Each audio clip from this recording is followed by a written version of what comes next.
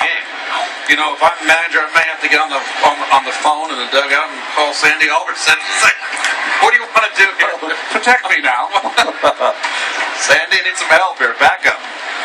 Molina 0 for 1 in a walk, and he fouls it off 1-1. The one thing about Terry, as we've seen since he's been here, not afraid to make the really tough decision to protect his players. This inning is not the issue for Santana. It's what would follow in the 8th and 9th. 100th pitch on the way, and Molina takes low and in 2-1. 6 in the 3rd innings, the farthest any Met has taken a no-hitter since R.A. Dickey against the Phillies last September. 4th time in his career he's gone this far. And that changeup is down 3-1.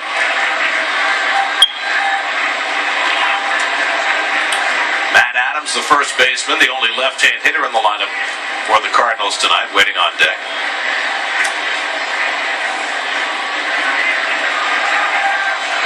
3-1 coming to Molina.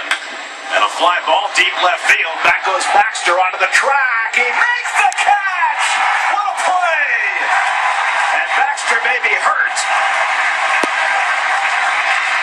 but he hangs onto the baseball. The umpire's coming out there, and he just now signals out because Baxter has not yet shown the ball, but he is shaken up after hitting the fence. I think he hit his shoulder pretty hard here, obviously. He crashes into this wall. Yep. Head and shoulder, perhaps. But in any event, Baxter makes a wonderful catch to keep the no-hit bid intact. What a play. Selling out for this play is Baxter. Well, he knew what was at stake, and this is the way he's played anyway. God, that's a catch. I thought there was no chance he was going to make this play.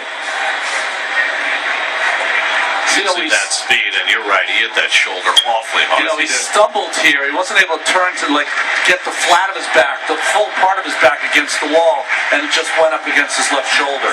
Santana's reaction. Shades of Rusty Staub back in '73. Terry Collins asking for a replacement. Andres Torres is already running off the field, but right now the concern is for Mike Baxter. Ray Ramirez, the trainer, with him there, seated in front of the fence. Up on his feet, but clearly that left arm is a big concern.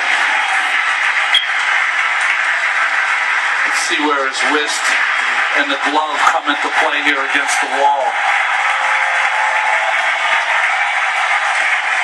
I don't see it. No. As he lay on the warning track, ball in his glove, the third base umpire, Adrian Johnson, ran about 200 feet out there to make sure that he had secured it. But you certainly have to be concerned about Mike Baxter and what kind of injury he may have sustained here in making a wonderful play to preserve Johan Santana's no-hit bid through 6 2/3.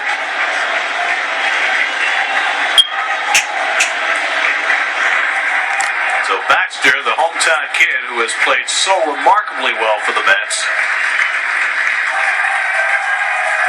and getting a big ovation.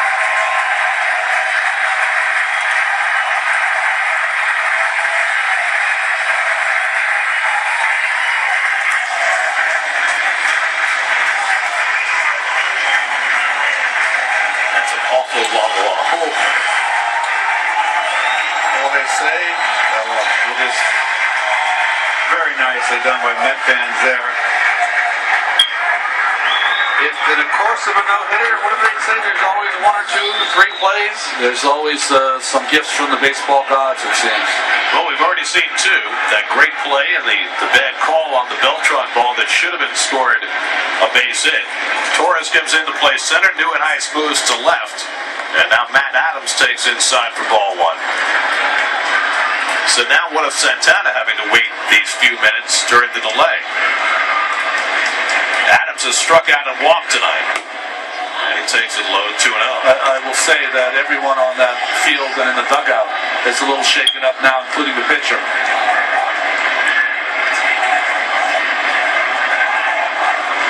Santana behind 2-0 on Adams. And the rookie takes it low 3-0. And that pitch count inexorably begins to become untenable for Santana up to 105, and you have to think this might be his last inning. The bullpen now is starting to work. There's a strike, 3-1. Bobby Parnell, first man up.